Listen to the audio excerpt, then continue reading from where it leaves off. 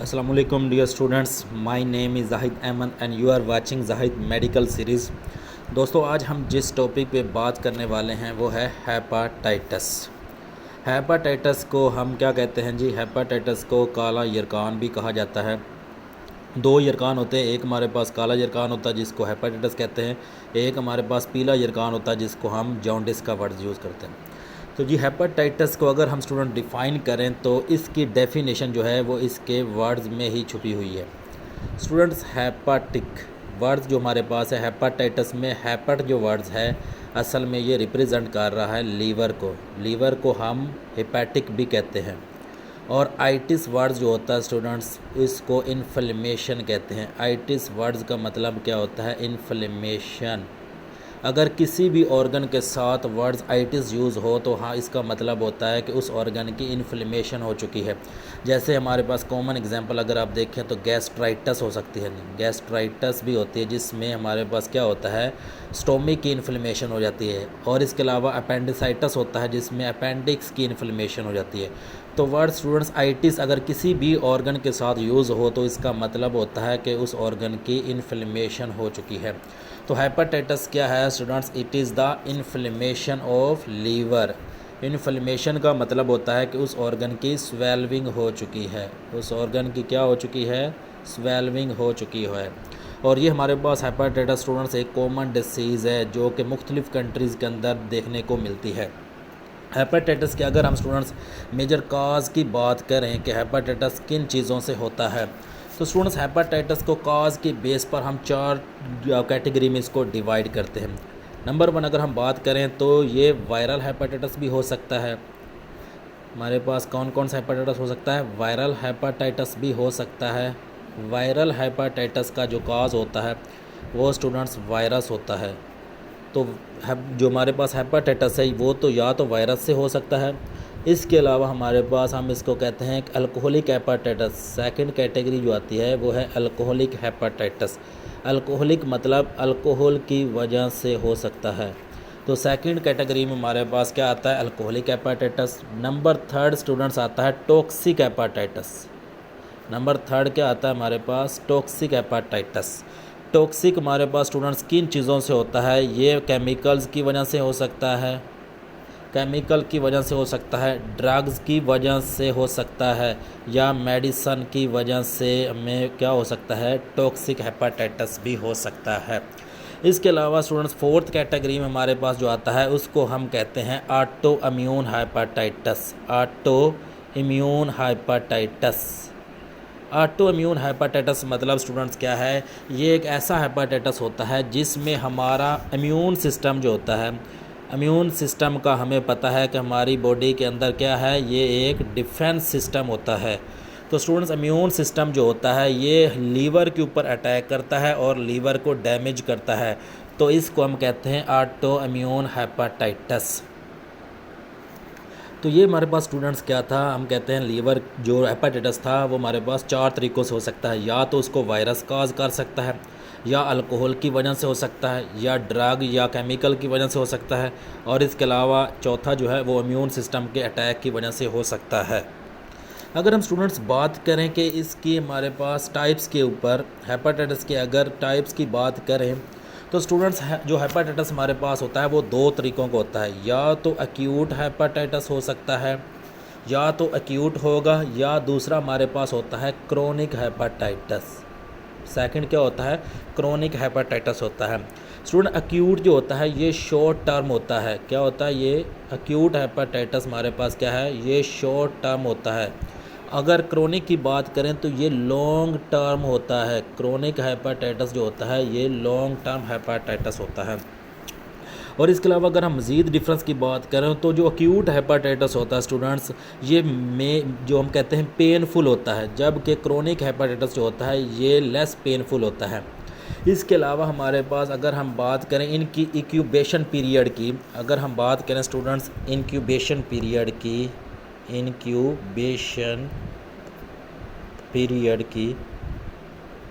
Incubation period students क्या होता है? ये हमारे पास हम कहते हैं कि ऐसा पीरियड जब हम कहते हैं कि हेपाटाइटिस के जो हैं सिम्टम्स हमें नज़र आते हैं बॉडी के अंदर, तो इसको कहते हैं इंक्यूबेशन पीरियड। तो स्टूडेंट्स याद रखें, एक्यूट जो होता है इसके इंक्यूबेशन पीरियड जो होता है ये 2 वीक से, हम कहते हैं 2 वीक से 6 मंथ का होता है।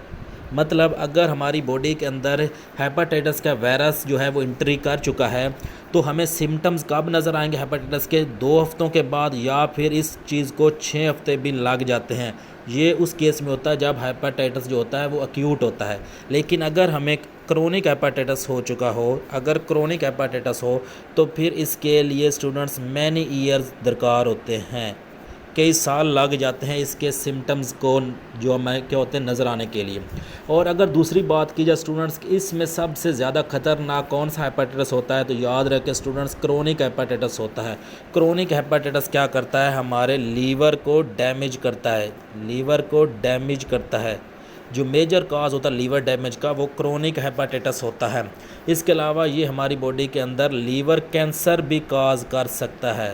तो याद रखें स्टूडेंट्स, मेजर जो हमारे पास इफ़ेक्टिव हेपाटाइटिस है वो क्रोनिक हेपाटाइटिस है, जो कि लीवर को डैमेज करता है या लीवर कैंसर काज कर सकता है। अगर हम स्टूडेंट्स अब बात करते हैं सिम्टम्स क्या होते हैं हेपाटाइटिस के, सिम्टम्स क्या होते हैं हेपाटाइटिस के, तो स्टूडेंट्स हेपाटाइटिस के सिम्टम्स जो होते हैं वो हमारे पास नंबर 1 आता है फ़ीवर, जो कि अक्सर हमारे पास जितनी भी बीमारी होते हैं उनमें ये चीज़ कॉमन होती है कि फ़ीवर तो लाजमी ही होता है। इसके अलावा अगर हम स्टूडेंट्स बात करें सेकंड जो होता है वो है फटीग, ये बंदा जो होता है हेपाटाइटिस का थका थका सा नज़र आता है। इसके अलावा थर्ड हमारे पास स्टूडेंट सिम्टम्स की बात करें तो लॉस ऑफ एपीटाइट आता है। क्या आता है भला? लॉस ऑफ एपीटाइट, एपीटाइट आता है, यानी उस बंदे को भूख नहीं लगती। चौथा हमारे पास जो स्टूडेंट्स होता है वो है वोमिटिंग, उसको हो सकती है, वोमिटिंग कभी कभार देखने को मिलती है। और इसके अलावा हमारे पास नौजिया, नौजिया हमारे पास जो मतली वगैरह आती है उसको हम कहते हैं नौजिया। इसके अलावा 6 सिम्टम्स स्टूडेंट्स बात करें तो हमें पता लीवर इनलार्ज हो जाता है, liver enlarge is a major symptoms, liver enlarge हो जाता है। इस किस केस में बोला? हेपाटाइटिस के केस में। इसके अलावा 7वें नंबर पर अगर हम बात करें इसके सिम्टम्स की तो याद रखें स्टूडेंट्स डार्क यूरिन आता है, उस बंदे को जो पेशाब आता है वो डार्क कलर का आता है। ये भी सिम्टम्स हो सकता है किसका? भला हमारे पास हेपाटाइटिस का। 8th अगर हम स्टूडेंट सिम्टम्स की बात करें, 8th हमारे पास स्टूडेंट जो सिम्टम आता है उसको हम कहते हैं जॉइंट पेन, जोड़ों के अंदर दर्द भी हो सकता है इस केस के अंदर। इसके अलावा स्टूडेंट्स अगर हम 9th सिम्टम्स की बात करें, जो हमारे पास 9th सिम्टम हो सकता है इसका, तो याद रखें स्टूडेंट्स 9th सिम्टम जो होता है वो हम कहते हैं जी एब्डोमिनल पेन हो सकती है, एब्डोमिनल पेन हो सकती है, पेट के अंदर दर्द आता है। 10वें नंबर पे जो है स्टूडेंट्स वो जॉन्डिस है, पीला यरकान भी हो सकता है जॉन्डिस। तो ये स्टूडेंट्स 10th हमारे पास सिम्टम्स होते हैं किसके केस में? हेपाटाइटिस के केस में। इन सिम्टम्स की मदद से हम क्या करते हैं स्टूडेंट्स, जज कर सकते हैं कि पेशेंट किस चीज़ का सफरिंग, मतलब कौन सी बीमारी उसको हेपाटाइटिस हो सकती है। और एक और बात स्टूडेंट्स, और एक इम्पोर्टेंट बात स्टूडेंट्स, हेपाटाइटिस को इतना आसानी से हमें जज नहीं कर सकते क्योंकि इसके सिम्टम्स जो होते हैं वो बहुत लेट हमें नज़र आते हैं। और अगर हम इस चीज़ के स्टूडेंट्स टेस्ट की बात करें या हमारे पास हम इसको किस तरह जज करते हैं तो स्टूडेंट्स MRI से हमें पता लगा सकते हैं, इससे भी हमें पता चल जाता है, अल्ट्रासाउंड से भी हमें पता चल सकता है हेपाटाइटिस का, या हमारे पास स्टूडेंट्स CT स्कैन से भी हम क्या करते हैं, हम हेपाटाइटिस का पता लगा सकते हैं। अब अगर हम स्टूडेंट्स बात करें वायरल हेपाटाइटिस की टाइप्स की, वायरल हेपाटाइटिस की कौन कौन सी टाइप्स हो सकती हैं? वायरल हेपाटाइटिस, वायरल हेपाटाइटिस की अगर हम स्टूडेंट्स टाइप्स की बात करें तो इसको जो हमारे पास वायरस काज करता है हेपाटाइटिस, उसको हम कहते हैं हेपाटाइटिस वायरस। कौन काज करता है भला? हेपाटाइटिस वायरस काज करता है। और स्टूडेंट्स हेपाटाइटिस वायरस की टाइप्स जो है हमारे पास वो है, हमारे पास hepatitis A virus, hepatitis A virus हो सकता है, या हमारे पास सेकंड कैटेगरी जो आती है वो है हमारे पास हेपाटाइटिस B वायरस हो सकता है, हेपाटाइटिस A या हेपाटाइटिस B वायरस। इसके अलावा हमारे पास स्टूडेंट्स हेपाटाइटिस C वायरस होता है। हेपाटाइटिस C के अलावा हम कहते हैं hepatitis D virus, hepatitis D के अलावा स्टूडेंट्स हेपेटाइटिस ई वायरस हो सकता है। तो ये हमारे पास स्टूडेंट्स आपके पास 5 टाइप्स होती हैं हेपेटाइटिस की। इसके अलावा हेपेटाइटिस एफ भी हो सकता है या हेपेटाइटिस जी भी हो सकता है, लेकिन उसके बारे में हमें अभी तक कंप्लीट नॉलेज नहीं है। अगर हम स्टूडेंट्स बात करें हेपेटाइटिस ए वायरस की, तो इसको जो वायरस काज करता है उसको कहते हैं हेपेटाइटिस ए। जो वायरस काज करता है वो कौन सा वायरस होता है? Hepatitis A virus. Hepatitis A virus है हमारे पास स्टूडेंट्स। और ये हेपेटाइटिस ए वायरस जो होता है ये आरएनए होता है, आरएनए नेक्ड होता है। याद रखें स्टूडेंट्स, आरएनए नेक्ड वायरस होता है। हमने वायरस की 2 कैटेगरी में डिवाइड किया था, एक था इन्वेल्प्ड वायरस और एक था नेक्ड वायरस। इन्वेल्प्ड वो वायरस था जिसके ऊपर हमारे पास न्यूक्लियोक एसिड को कवर किया हुआ था, एक हमारे पास ऊपर कवरिंग ने जो कि होस्ट से ड्राइव होती है, और नेक्ड वो था जिसके पास न्यूक्लियोक एसिड के ऊपर कवरिंग नहीं थी। तो याद रखें स्टूडेंट्स, हेपेटाइटिस ए वायरस जो होता है ये काज कौन करता है? RNA naked virus. और एक इम्पोर्टेंट बात स्टूडेंट्स, इसको हम कहते हैं इन्फेक्शन हेपेटाइटिस। क्या कहते हैं भला? हमारे पास इन्फेक्शियस हेपेटाइटिस भी कहते हैं, इन्फेक्शियस हेपेटाइटिस। तो याद रखें स्टूडेंट्स, हेपेटाइटिस जो है ए है उसको हम इन्फेक्शियस हेपेटाइटिस भी कहते हैं। और ये स्टूडेंट्स किस तरह से फैलता है? हम कहते हैं ये कांटेक्ट करने से फैलता है, कांटेक्ट करने से फैलता है। किससे के साथ कांटेक्ट करने से स्टूडेंट्स? फीसिस के साथ। अगर किसी बंदे को हेपेटाइटिस ए था तो उसकी फीसिस के साथ कांटेक्ट करने से क्या हो सकता है? हमें हेपेटाइटिस ए वायरस हो सकता है। इसके अलावा स्टूडेंट्स बात करें हेपेटाइटिस बी की, तो याद रखें स्टूडेंट्स, हेपेटाइटिस बी जो वायरस काज करता है वो हमारे पास डीएनए वायरस होता है। कौन सा वायरस होता है? डीएनए वायरस होता है। जबकि हेपेटाइटिस ए जो था वो कौन सा था? वो आरएनए था। लेकिन जो हेपेटाइटिस बी वायरस है वो डीएनए हमारे पास वायरस होता है। और इम्पोर्टेंट बात स्टूडेंट्स, इस जो हेपेटाइटिस बी वायरस है इसको हम सीरम हेपेटाइटिस बी कहते हैं। इसको क्या कहते हैं भला? सीरम हेपेटाइटिस बी कह सकते हैं। और स्टूडेंट्स ये हमारे पास मोस्ट कॉमन आप कह सकते हैं जो एशियन कंट्री या हम कह सकते हैं अफ्रीकन कंट्रीज़ के अंदर देखने को मिलता है हेपेटाइटिस बी वायरस। और एक इम्पोर्टेंट बात स्टूडेंट्स, हेपेटाइटिस बी वायरस जो होता है ये हम कहते हैं एसटीडी होता है। एसटीडी क्या होता है भला? Sexual transmitted disease. मतलब हमारे पास आप हेपेटाइटिस बी वायरस को सेक्सुअल ट्रांसमिटेड डिसीज़ कैटेगरी में भी रख सकते हैं, क्योंकि इसके काज में देखा जाए तो ये इसके काज में सीमन भी आता है। सीमन के साथ कांटेक्ट करने से, या हम कहते हैं वेजाइनल सिक्रेशन की वजह से भी ये हो सकता है, वेजाइनल सिक्रेशन से कांटेक्ट करने से, या हम कहते हैं अनप्रोटेक्टेड सेक्स की वजह से भी हो सकता है। अनप्रोटेक्टेड सेक्स की वजह से भी हमें क्या देखने को मिलता है? हेपेटाइटिस बी देखने को मिलता है। इसके अलावा स्टूडेंट्स ब्रेस्ट फीडिंग से भी ये फैल सकता है।